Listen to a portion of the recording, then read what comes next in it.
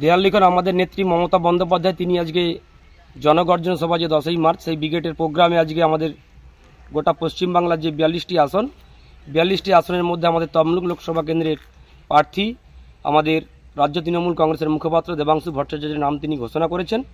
আমরা তাকে লক্ষাধিক ভোটে জেতানোর লক্ষ্যে আমরা মাঠে নেমেছি দেয়াল লেখার জন্যে।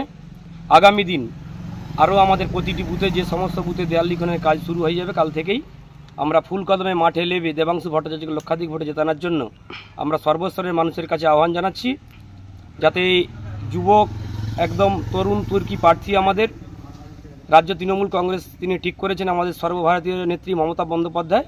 তাই দেবাংশু ভট্টাচার্যকে জেতানোর জন্য আমরা লড়াই মাঠে ময়দানে নেমে লড়াই করে বিজেপির বিরুদ্ধে। বলি, কয়েক মিনিট আগেই প্রার্থীর তালিকা ঘোষণা হয়েছে, তারপরেই আপনারা কি অপেক্ষা করছিলেন নাম?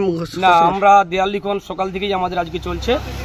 পরবর্তী সময়ে আমরা আগেই জানতাম যে আমাদের আজকের এই ব্রিগেড সভায় 42 জন প্রার্থীর নাম ঘোষণা হবে।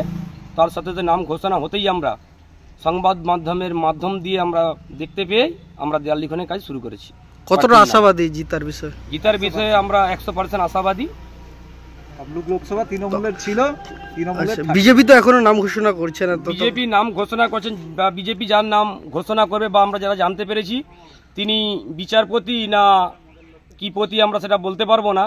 তিনি যে সমস্ত মানুষের চাকরি নিয়ে ছিনিমিনি খেলেছেন তিনি আবার প্রার্থী হচ্ছেন, তাই তেনাকে আমরা বিপুল ভোটে হারিয়ে এইখান থেকে আবার কলকাতায় পাঠিয়ে দেব। আপনার নাম? আমার নাম জয়দেব পাঁজা, আমি সাধারণ সম্পাদক খারিয়াগঞ্জ তৃণমূল কংগ্রেস।